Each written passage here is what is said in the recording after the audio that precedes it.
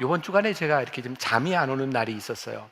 돌아가신 저희 아버님이 종종 그런 얘기 하셨는데, 잠이 올 때는 자라는 신호고 잠이 안 올 때는 기도하라는 신호다. 그러니까 심플합니다. 근데 제가 잠이 안 와서 정말 한숨도 못 자는 상황 가운데서, 요즘 유튜브들이 많이 있으니까 말씀을 이렇게 찾아가면서 듣게 됐고, 결국 잠이 온 건 제 설교를 들으면서 자게 되었어요.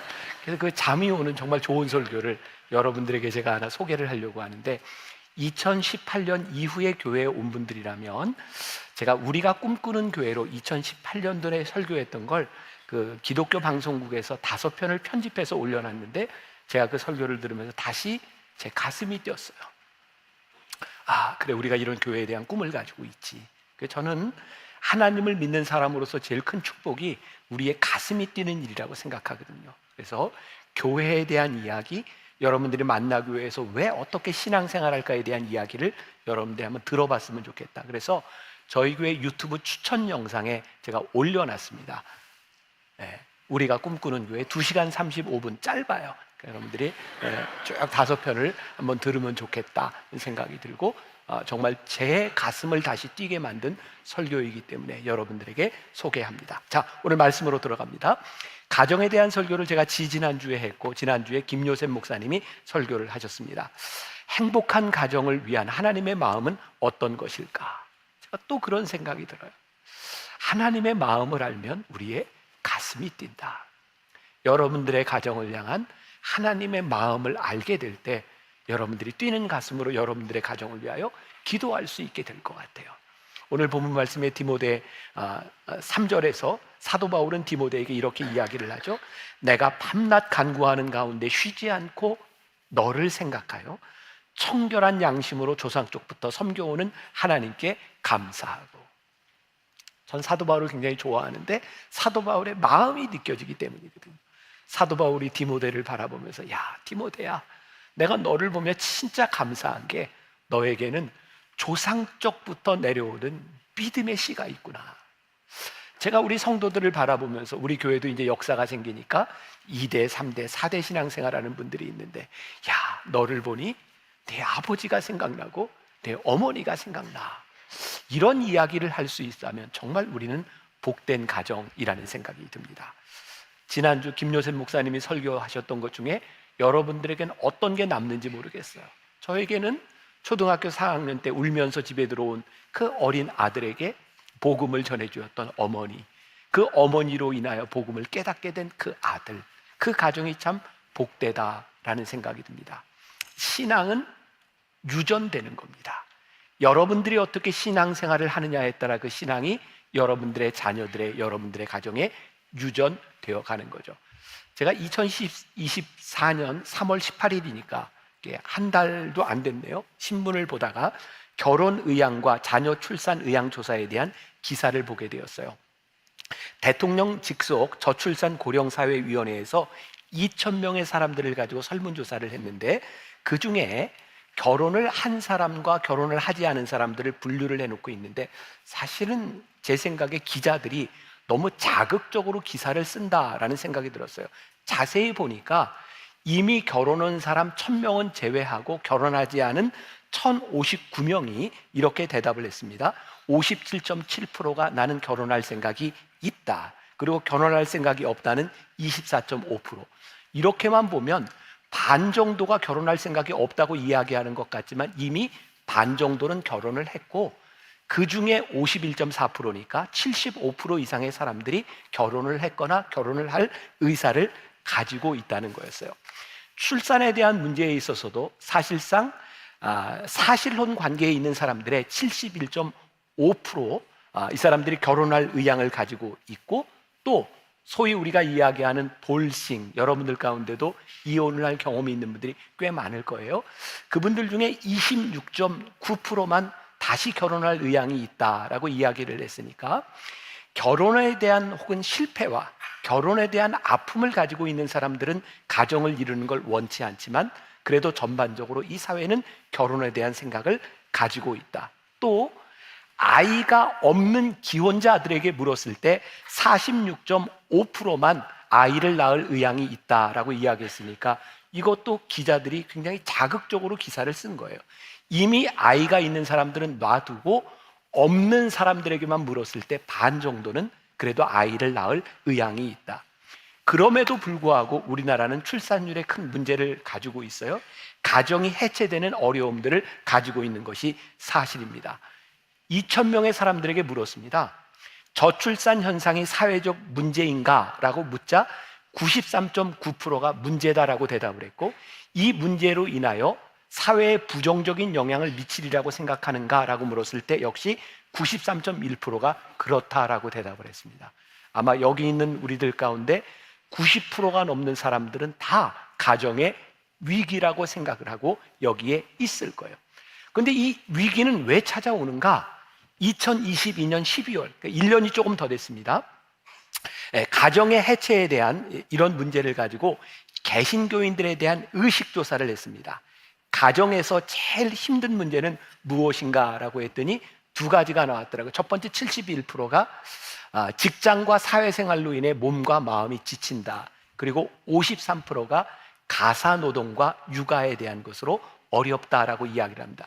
문제는 가정의 이런 문제로 인하여 신앙에 미치는 영향을 이야기했을 때 47%의 사람들이 신앙 자체와 관심이 약화되고 있고 37%의 사람들은 온라인 예배로 대체하고 있고 저런 현상들이 나타나고 있어요. 그러니까 우리들 가정 안에서 행복한 가정을 이루지 못했을 때 그 어려움들이 뭐하고 연관돼요? 신앙과 연관되어 있고 신앙은 점점 약화되고 있다는 사실들을 보게 됩니다. 자, 지난 3년 동안 우리들이 코로나를 지나갔어요. 그리고 요즘 나타나는 현상 중에 어린아이부터 노인 세대에 이르기까지 가장 심각한 문제가 무엇인가를 이야기했을 때 외로움입니다. 코로나 기간에 우리는 다른 사람의 도움 없이 마켓에 가지 않고 혼자 스마트폰을 가지고 모든 것을 해결하는 경험을 가졌어요. 그래서 혼자 뭐든지 합니다. 그런데 이 혼자 모든 것을 해결하다 보니까 어느 날 찾아온 것이 외로움에 대한 문제였어요. 제가 오늘 말씀을 준비하면서 하나님, 이 사회의 문제를 해결하고 우리의 가정의 문제를 해결할 수 있는 답이 저는 교회와 우리의 신앙에 있음을 믿습니다. 이거 아멘 나올 타이밍인데 믿습니다. 제가 그냥 가지는 생각이 아니에요. 하나님, 교회 안에서 우리의 신앙인들의 신앙이 회복되고 가정이 회복되었을 때에 이 회복으로 인하여 이 사회에 다시 소망을 줄 수 있음을 믿습니다. 요즘 저는 하나님께서 계속 그런 마음을 주세요. 소망과 희망에 대한 마음. 제가 지난주에 어떤 신문에 글을 내면서 그렇게 생각했어요. 다시 교회에 희망을 보고 소망을 본다. 저에게는 그런 믿음이 있어요. 하나님, 우리 세대 여기에 예배드리는 우리들로부터 이 믿음이 회복되게 하여 주시사 우리에게서 새로운 소망이 솟아나게 하여 주옵소서. 그래서 우리 만나교회가 계속해서 노력하는 것 중에 하나가 오늘 여러분들에게 소개해드렸던 바로 이 만나 신앙의 여정 지도예요. 여러분들, 이거는 여러분들이 보지 말고 그냥 지나치라고 만들었을까요? 가져가서 보라고 만들었을까요? 알기는 잘 알아요. 네, 가서 보세요. 그리고 여러분들 신앙의 중요한 가정의 그 여정에 여러분들이 들어오셔서 믿음의 교육들을 받는 것 중요한 일이라는 생각을 합니다. 자, 이제 제가 가정의 이야기를 합니다. 우리 가정에 있어서 제일 중요한 게 있다. 그것은 우리들의 중심이 어떻게 되는지를 분명히 알아야 되겠다. 제가 동화를 하나 이야기를 해드립니다. 동화를 들으면서 제가 다람쥐 얘기를 할 텐데 다람쥐가 어떻게 말을 해? 이런 거 따지지 마세요. 동화예요. 자, 어떤 다람쥐 가족이 있었어요. 고목나무에서 이렇게 집을 짓고 사는데 이 다람쥐 가족은 굉장히 가난했어요. 근데 어느 날 아빠 다람쥐가 결심을 하죠. 우리가 이렇게 살아서는 안 되겠다. 열심히 일해야 되겠다. 그래서 아빠 다람쥐가 아침부터 저녁까지 열심히 일해서 그 과일도 많이 모으고 그래서 부자가 됐어요. 좋은 나무로 이사도 했어요. 근데 어느 날 밤에 일하고 들어온 이 아빠 다람쥐에게 엄마 다람쥐가 이야기합니다. 여보, 외로워요. 우리 아이들도 외로워요. 그때 아빠 다람쥐가 화를 내는 거예요. 아니, 외롭다니, 내가 얼마나 가정을 위해서 열심히 일하는데 그런 소리 하지 마. 큰 소리를 내니까 잠을 자고 있던 새끼 다람쥐 둘이 깼어요. 근데 형 다람쥐가 동생 다람쥐가 이렇게 얘기해요. 자, 저기 봐, 저분이 있지? 저분이 우리들에게 좋은 걸 다 사주는 분이야. 그랬더니 동생 다람쥐가 그럼 우리 아빠도 사달라 그러자라고 이야기를 해요. 동화예요. 무슨 얘기를 하고 있을까요? 아빠가 필요한 거예요. 가정에는 돈이 필요한 것이 아니라 아빠가 필요하고 좋은 관계가 필요한 거예요.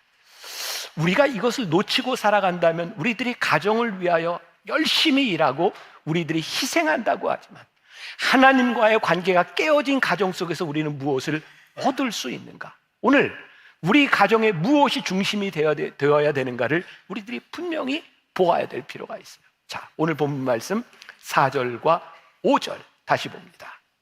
내 눈물을 생각하여 너 보기를 원함은 내 기쁨이 가득하게 하려 함이니 이는 내 속에 거짓이 없는 믿음이 있음을 생각합니다.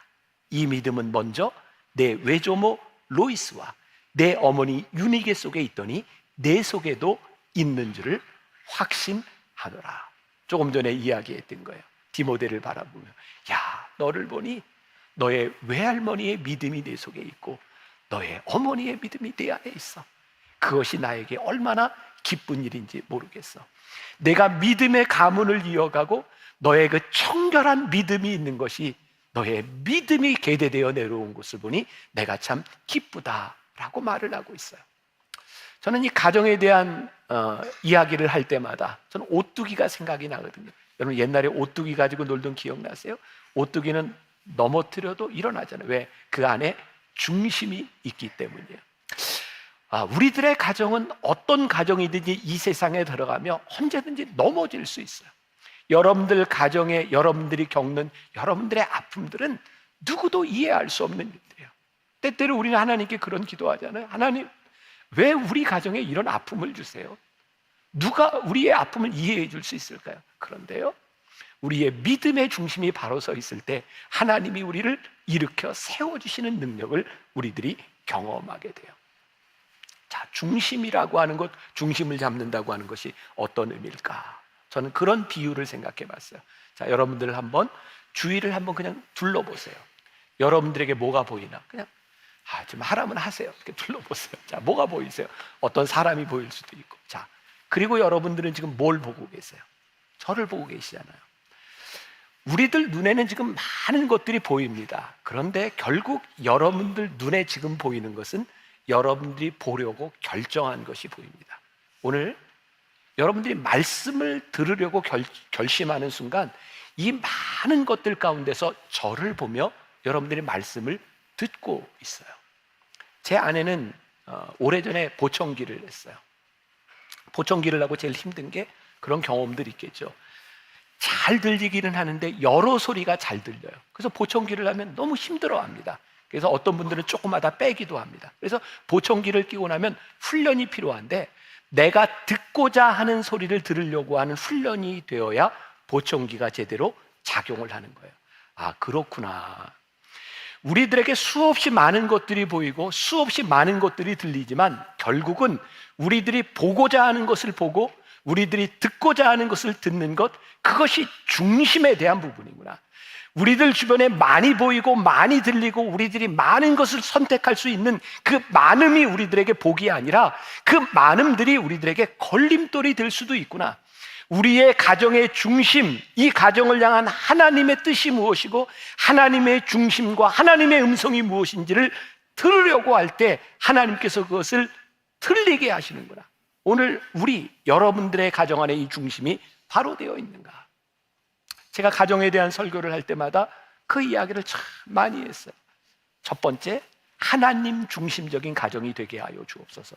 두 번째, 가족을 생각하는 사람들이 되게 하여 주옵소서. 세 번째, 그 다음에 우리의 직업을 생각하는 사람이 되게 하여 주옵소서. 이 우선순위가 바뀌면 안 된다. 어제도 제가 토요예배 설교를 하고 난 후에 가정사역부 팀들과 함께 밑에 식당에서 식사를 하게 되었고 젊은 엄마들이 있는 테이블에서 같이 식사를 하게 되었어요. 전혀 계획된 것이 아니었으니까 어떤 엄마가 저에게 그런 얘기를 하는 거예요. 목사님, 이 며칠 동안 제가 기도하고 결정하라는 것이 있었습니다.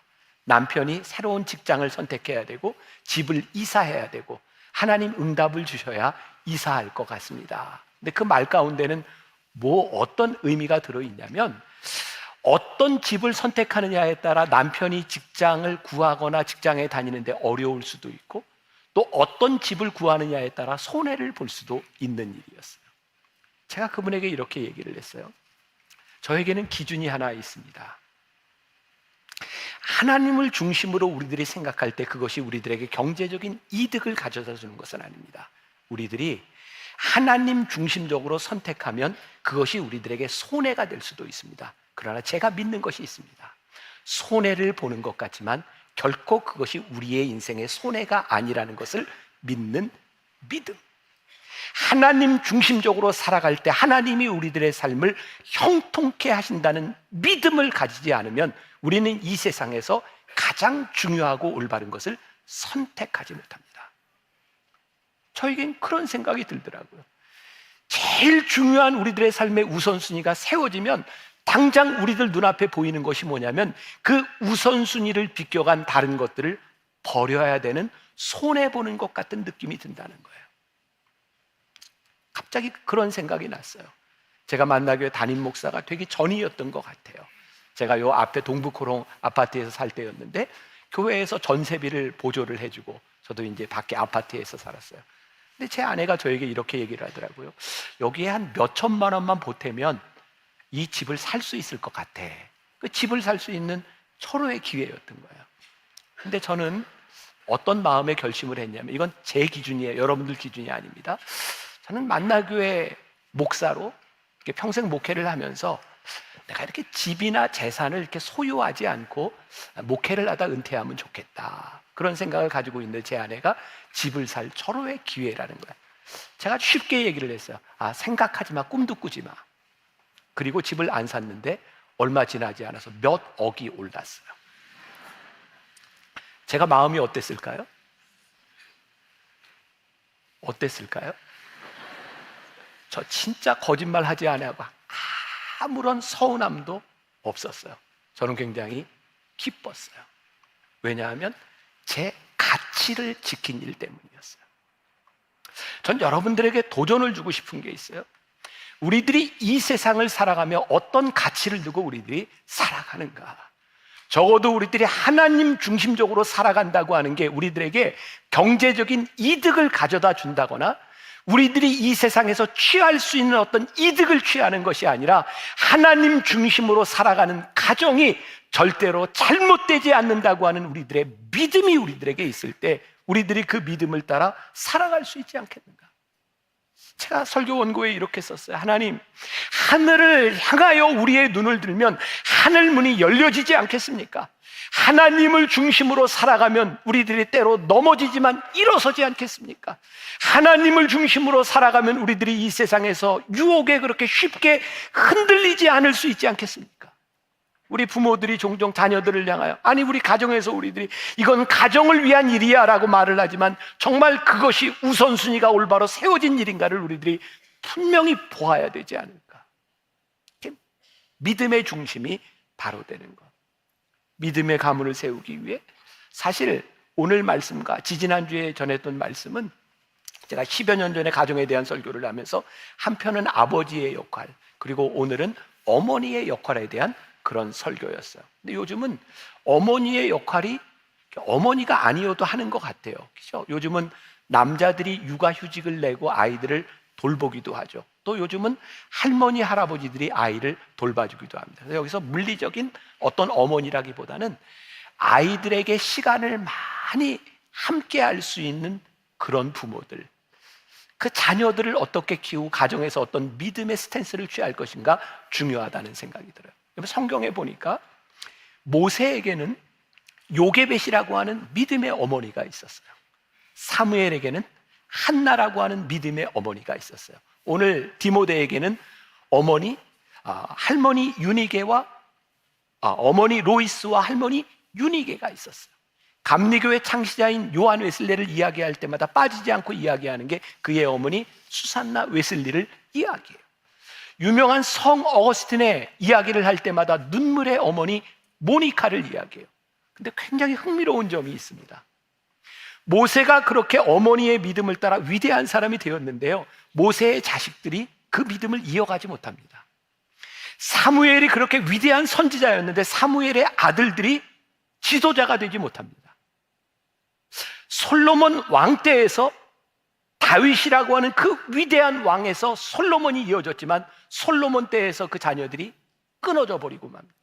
왜 그럴까? 생각해 보니까 믿음의 어머니를 통해서 위대한 믿음의 사람들이 만들어졌는데 그 다음 세대에는 믿음과 눈물의 어머니가 존재하지 않는 거예요. 출애굽기 2장 2절에 모세의 어머니 이야기가 나와요. 자, 한번 봅시다.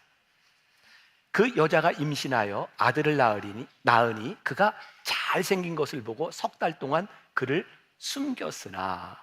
자, 여기 보세요. 아들을 낳았는데 그 아들이 어떻게 생겼다고요? 잘생겼다. 이 표현은 전혀 객관적이지 않습니다. 그렇죠. 제가 교회에서 우리 부모들, 어린아이 안고 있는 이런 부모들을 보면 참 아이들을 예뻐해요. 예뻐요. 저도 예쁘다 그래요. 근데 이건 전혀 객관적이지 않습니다. 예쁜 거예요. 상처 안 받는 거죠. 저도 마찬가지예요. 자, 아이가 예쁜 건 당연한 거예요. 근데 왜 성경은 그 잘생긴 것을 보고 이렇게 표현을 했을까? 성경을 보면서 그런 의문을 한번 가져보세요. 자, 히브리서 11장 23절에는 이렇게 표현을 하고 있어요.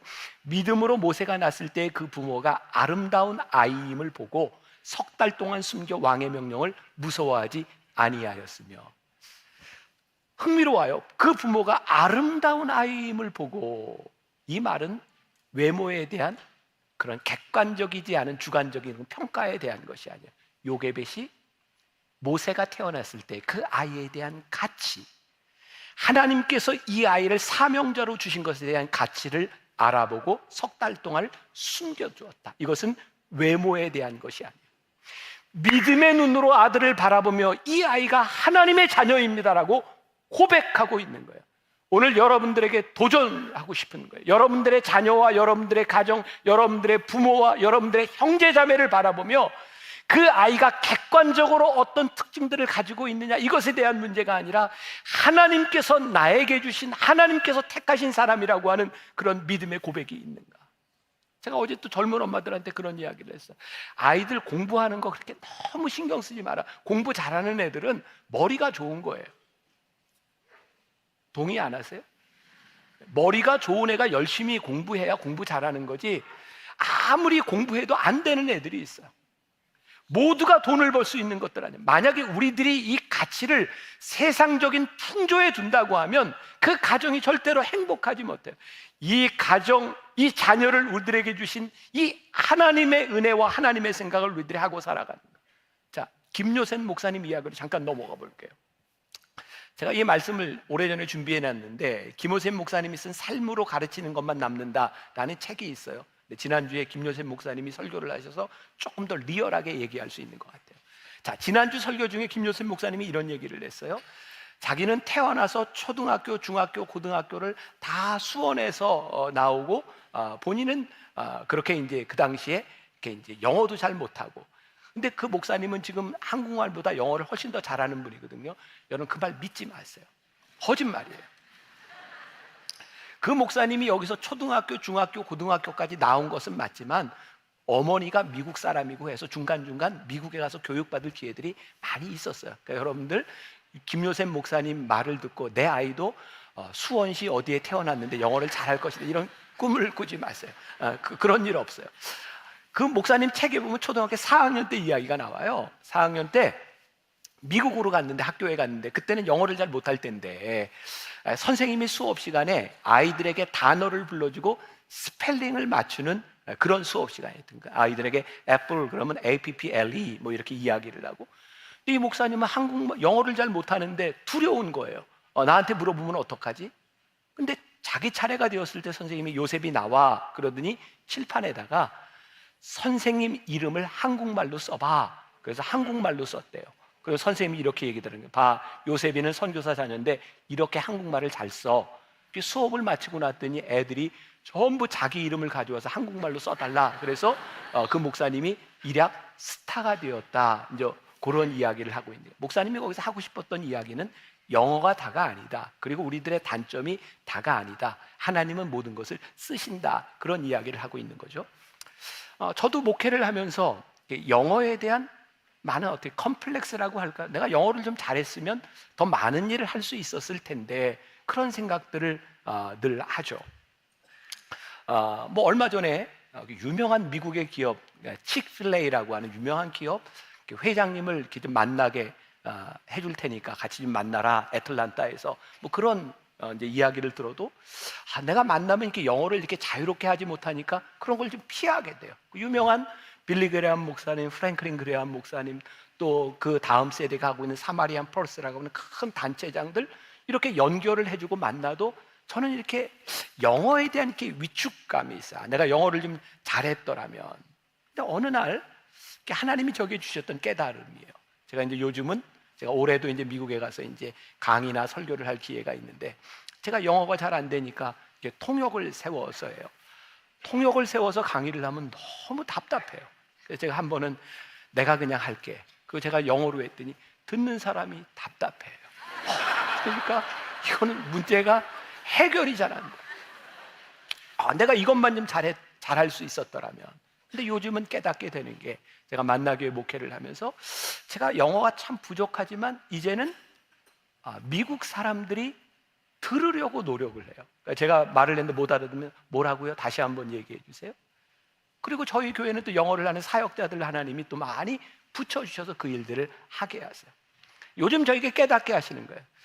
우리들이 가지고 있는 능력에 대한 문제가 아니라 하나님이 우리들에게 붙여주시는 사람들과 하나님께서 인도하시는 그 인도하심은 우리들이 가지고 있는 능력보다 훨씬 더 크고 위대한데 우리들이 하나님의 능력을 우리들이 인정하면서 우리들이 살아가고 있는가? 자, 제가 참 마음이 편한 것 중에 하나는 여러분들 남경필 집사님 있잖아요. 경기도 지사를 했으니까 저에게 이제 친구이기도 하고 제가 이렇게 가깝게 교제를 하는데 제가 잠깐 얘기를 했던 적이 있고 이미 이게 매스컴을 통해서 나왔기 때문에 제가 얘기할 수 있을 것 같아요. 작년 성지순례를 갔을 때 거기에서 전화를 한 통화 받게 됐는데 매스컴에 잘 알려진 그 아들이 큰 아들이 마약을 하다가 이제 걸리게 된 거예요. 전화를 하는데 바로 그 동생에게 너 형을 바로 신고해라. 너희 형은 지금 이거 구치소에 형무소에 들어가지 않으면 이 문제가 해결되지 않는다. 그래서 형이 직접 아버지 이야기를 두고 신고를 했어요. 그런데 구속이 되지를 않았어요. 그래서 막 그런 상황 가운데서 성지순례 중간에 다시 한국으로 먼저 나오게 되고 그 과정이 굉장히 복잡했어요. 그때 남경필 집사가 그런 믿음 신앙 고백을 했어요. 뭐냐면 목사님 이 마약을 도저히 끊을 수도 없고 어떻게 할 수도 없고 요양원에도 집어내보고 치료소에도 들여다보고 무엇을 해도 되지 않는데 정말 아무것도 할 수 없는 상황 가운데서 비행기를 타고 나가는 과정 가운데 성령님을 경험했어요. 성령님을 경험하게 된 게 뭐였냐면 하나님 제 힘으로는 할 수 있는 게 없어요. 하나님께 제 아들을 맡깁니다. 근데 그 순간 형언할 수 없는 평안함이 그 마음에 찾아오게 됩니다. 저에게 울면서 그런 고백을 했어요. 목사님, 저 이런 고백은 처음입니다. 여러분들에게 한번 물어볼게요. 그 아들을 하나님께 맡겼기 때문에 그 아버지에게 무거움과 부담감이 사라졌을까요? 아니에요. 여전히 아들 때문에 아프고 힘들어요. 근데 하나님께서 소망을 주셨다는 거예요. 하나님께서 하신다. 그 힘들고 어려운 시간들을 지나가는데 하나님이 소망을 주셨다는 거예요. 제가 정말 다행스러운 게 지금 이제 다음 주 여러분들 선거철을 앞두고 있는데 이 남경필 집사가 정치를 안 하는 사람이니까 제가 지금 이야기를 하지. 제가 오늘 아침에 넥타이를 매는데 몇 번 풀었어요. 빨간색을 맬 수도 없고 파란색을 맬 수도 없고 이 색깔 매고 왔어요. 투표들은 다 하세요. 뭘 하든 하나님이 하신다. 자녀에 대해만 이야기를 하는 게 아니에요. 여러분들의 남편과 여러분들의 아내와 여러분들의 가정, 아무리 하나님께 맡겨도 힘들어요. 하나님께서 소망을 주시는데 남집사님 얘기예요. 그 아들이 지금 마약을 끊지 못하고 지금 형무소에 들어가 있는 그 아들이 초등학교를 졸업할 때 교장 선생님이 물었대요. 너 앞으로 뭐 될 거니? 예, 저 목사 될 거예요. 그때 그 얘기가 생각나더라는 거예요. 하나님, 그때 고백했던 그 소망이 이루어지기를 소원합니다. 제가 그 소망에 동의했어요. 그리고 그 아들이 목사가 된다면 내가 얼마나 도움이 될지 모르겠지만 그 아들이 사역하는 걸 내가 도와줄 용의가 있다. 오늘 여러분들에게 그런 말씀을 드리고 싶어요.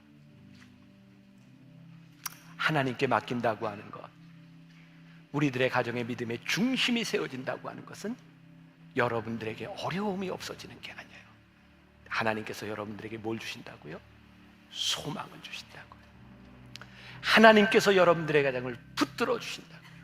그리고 이 일로 인하여 하나님이 붙들어 주심을 인하여 저는 이 교회가 이 땅의 소망이 될 수 있음을 믿으며 이 나라와 이 민족의 소망이 될 수 있음을 저는 믿습니다. 우리 이 소망을 가지고 여러분들의 가정을 위하여 기도했으면 좋겠어요. 여러분들의 가정을 축복할 수 있으면 좋겠어요. 우리 함께 찬양하며 축복하며 기도하면 좋겠습니다. 하나님, 이 가정을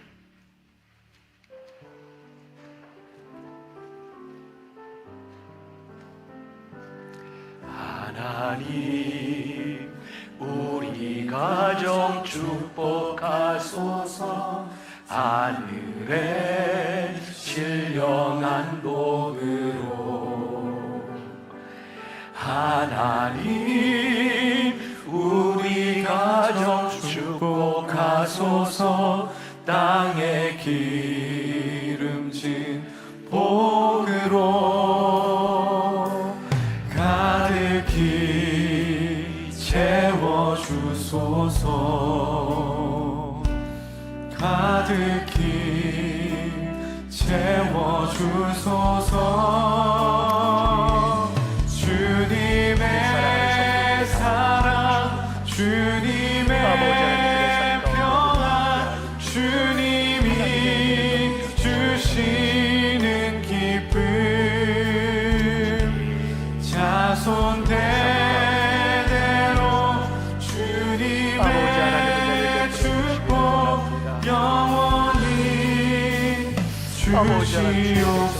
주시옵소서. 믿음으로 하나님, 우리 하나님 말씀하셨습니다. 가정 축복하소서. 아버지 하나님, 하나님의 말씀에 의지해 주의 백성들을 충만한 복으로 되게 하소서. 하나님, 아버지 하나님, 하나님 우리 가정 축복하소서. 만사형 주님, 동안 복으로 가득히 채워주소서. 가득히 채워주소서. 주님의 사랑, 주님의 평안, 주님이 주시는 기쁨, 자손 대대로 주님의 축복 영원히